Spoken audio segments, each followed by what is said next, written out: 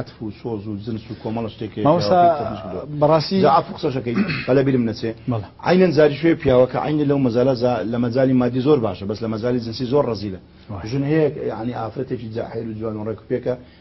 پیاوەکەی مانجی زارێک سەرجەی ناکە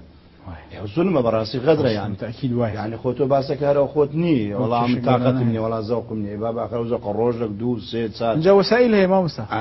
هەزاران با بڵێن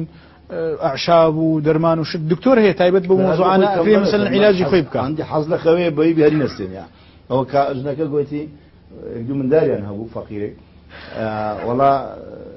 نانووسن مدارەکە نانووسن کابرا ناوی سعید بوو گوتی مادی بوو گوتی ئەوە بڕەچی دەنوم سەرخەوە چشتینم کە مندار نووسن بە خەبەرم بینە باش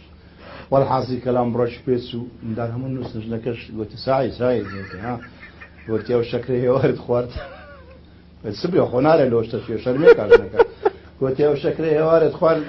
ئێستا وەختی هاتێ گوتی گوم خوارد زارش کرد بەحسێەوە گوتی وەختی ئەوەیە نیوێژەوە چه تاقەتی هەستی تۆ یعنی لەبەر ئەوەندێک ئافرەت هەیە مشکلەی سعیدیان هەیە نەوەندارەکەی ئەزانی کەنجن دەخەوێنە ئەزانی چۆنە نەحەسابێک لە بۆ ئەو زەواجەیەکە سعیدانە زۆر مشکلانە مارویان دەست دەمت خۆشی مامۆستای بەڕێز شکلی چۆ حالی سوازی لێ بینیتەوە